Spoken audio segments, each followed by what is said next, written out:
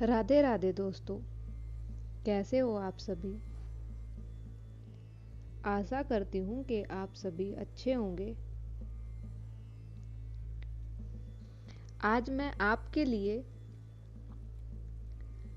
शिव भगवान की कथा लेकर आई हूँ।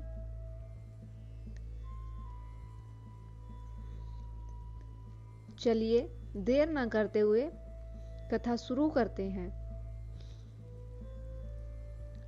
जय जय शंकर, जय जय भोले। सभी भक्तजन मिलकर एक स्वर में बोलिए, हर हर महादेव, हर हर महादेव, हर हर महादेव। आज हम सुनाने जा रहे हैं देवों के देव महादेव शिव शंकर की पवित्र और प्रेरणादायक कथा। जो भी मनुष्य श्रद्धा और भक्ति से यह कथा सुनता है, उसके जीवन के सभी संकट दूर हो जाते हैं और घर में सुख शांति का वास होता है। आइए शिव के स्वरूप के बारे में जानते हैं। भक्तों, भगवान शिव सृष्टि के पालनहार हैं। उनका कोई आरंभ नहीं, कोई अंत नहीं। वे शमशान में भी हैं, कैलाश में भी हैं। वे तपस्वी भी हैं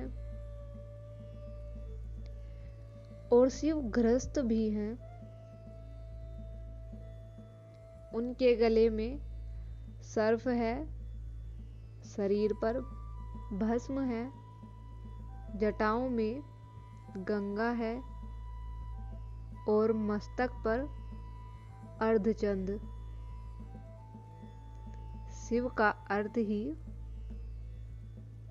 कल्याण, मंगल, दया, अनंता है। आइए शिव और सती की कथा शुरू करते हैं। प्राचीन समय में भगवान शिव की अर्धांगिनी थी माता सती। दक्ष प्रजापति की पुत्री। दक्ष ने जब शिव का अपमान किया, तब सती ने यज्ञ कुंड में आत्मदह कर लिया। इस दुख से शिवजी विरस्त होकर हिमालय पर्वत पर गहन तप में लीन हो गए।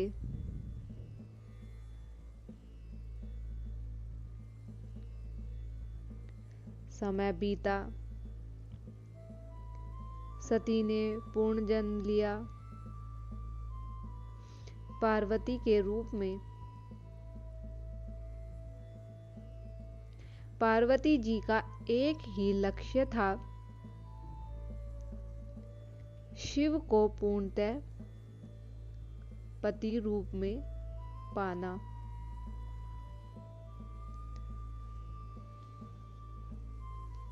उन्होंने वर्षों तक कठिन तप किया। कभी धूप में खड़ी रही, कभी वर्षा में भीगी, कभी केवल वायु पर जीवन बिताया। उसकी भक्ति से प्रसन्न होकर भगवान शिव प्रकट हुए और बोले,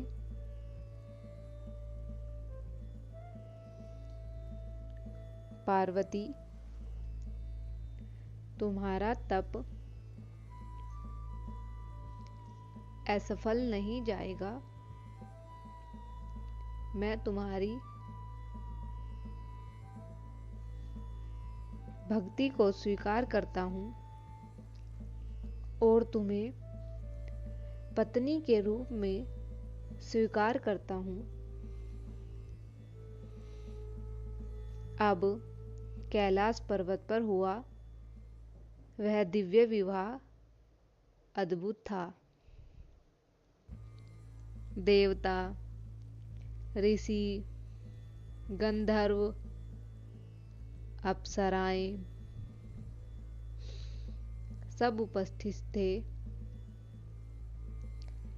विवाह का दृश्य इतना अलौकिक था कि स्वयं ब्रह्मा, विष्णु और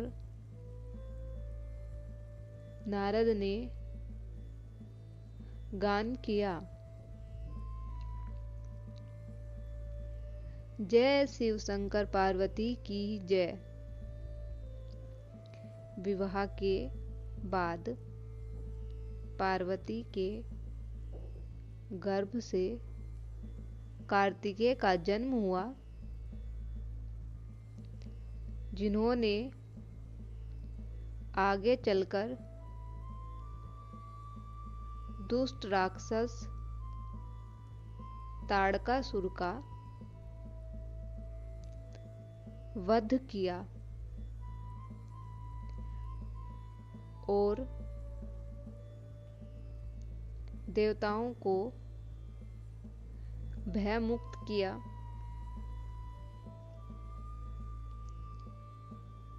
एक बार देवता और दानवों में युद्ध छिड़ गया। समझौता हुआ कि वे साथ मिलकर समुद्र मंथन करेंगे। मंथन से पहले निकला भयंकर विष।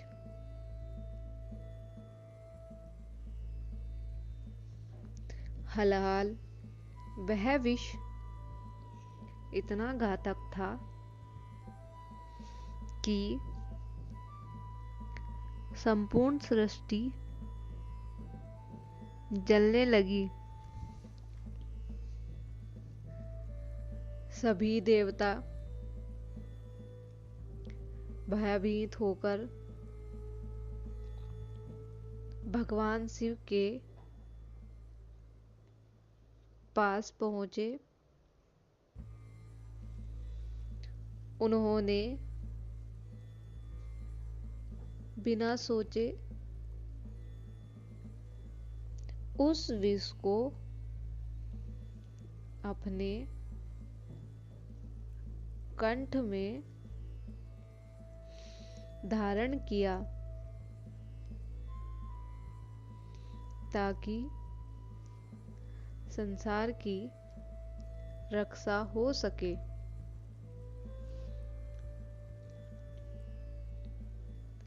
विष का प्रभाव उनके गले में रह गया और उनका कंठ नीला हो गया। तभी से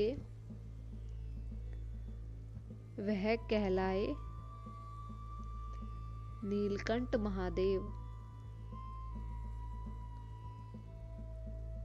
मां पार्वती ने उनके गले को थाम लिया ताकि विष नीचे ना जाए।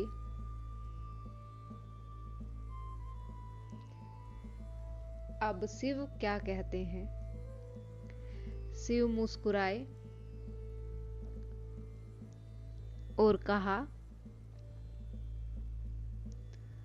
भक्तों की रक्षा करना ही मेरा धर्म है।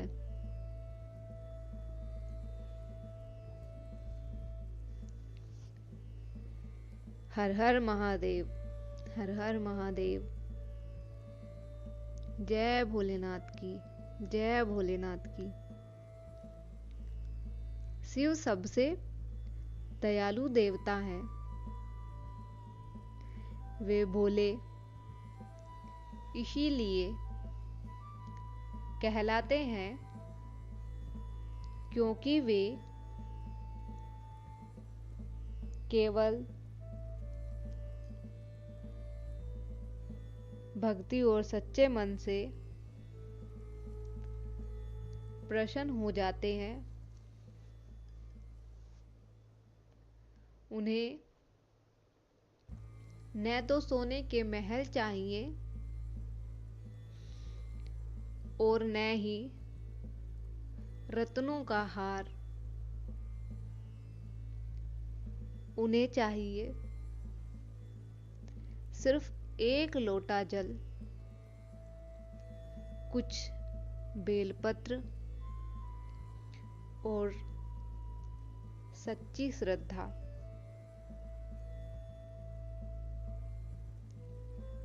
शिव कहते हैं,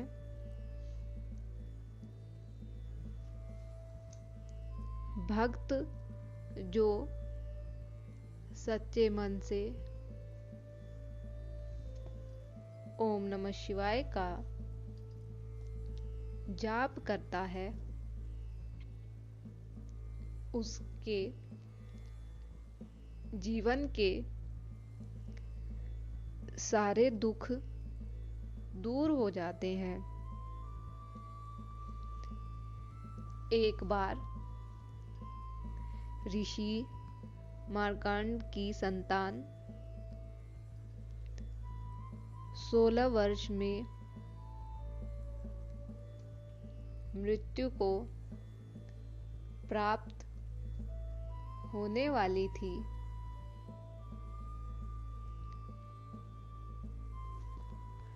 मार्कंडेय नामक बालक शिव का अनन्य भक्त था। जब यमराज उनकी आत्मा को लेने आए, तब उस बालक ने शिवलिंग को पकड़ लिया और बोला, ओम नमः शिवाय, ओम नमः शिवाय, ओम नमः शिवाय का जाप करने लगा। यह सुनकर शिवजी प्रकट हुए और यमराज को रोक दिया और बोले, जो मेरा भक्त है उसे मृत्यु भी छू नहीं सकती।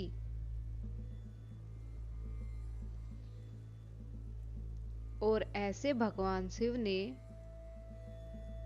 उसे अमर आशीर्वाद दिया।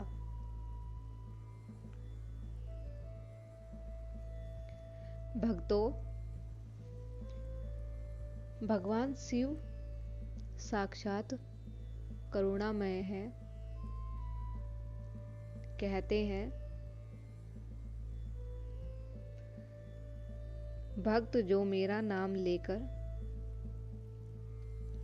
एक लोटा जल चढ़ा देता है, मैं उसके सभी पाप हर लेता हूँ।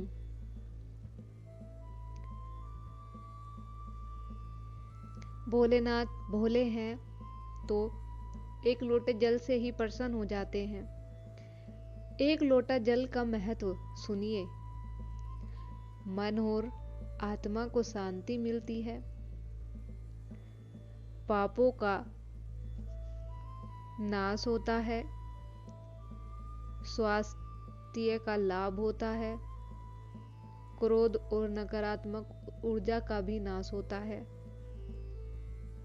कुल में सुख शांति बनी रहती है, कर्मों की सिद्धि और मनोकामना पूरी होती है। जल का दान प्रकृति की सेवा है। जानते हैं कैसे चढ़ाएं? स्नान के बाद शुद्ध मन से शिवलिंग के सामने जाएं, जल में थोड़ा गंगा जल मिलाएं, ओम नमः शिवाय का मंत्र का जाप करें, धीरे धीरे जल अर्पित करें, साथ में बेलपत्र, पुष्प, अक्षत चढ़ाएं, अंत में दीपक जलाएं, प्रार्थना करें। शिव की पूजा बहुत सरल है। सोमवार का दिन शिव को अर्पित है और शिव को बहुत प्रिय है। इस दिन उपवास रखकर शिवलिंग पर जल, दूध, शहद और बेलपत्र चढ़ाया जाता है। संध्या में दीपक जलाकर शिव स्तुति करने से मनुष्य को मनचाहा फल मिलता है। वह बहुत भोले हैं। अगर उनका भक्त सच्चे मन से उनसे कोई भी चीज या कोई भी वरदान मांगता है तो वे बिना सोचे समझे दे देते हैं।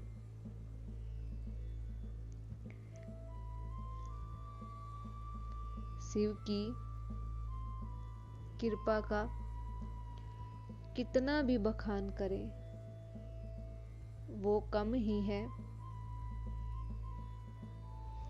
वो जगत पिता है, पालन करता है और दुख हरता है। उनकी कृपा से सदा सबका भला हुआ है।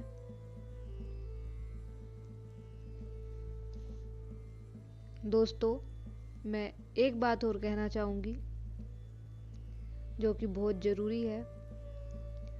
जो शिव की भक्ति, शिव की आराधना करते हैं, उनको कभी भी पितृदोष नहीं होता है। शिव की पूजा करने से पितृ अत्यंत प्रसन्न होते हैं।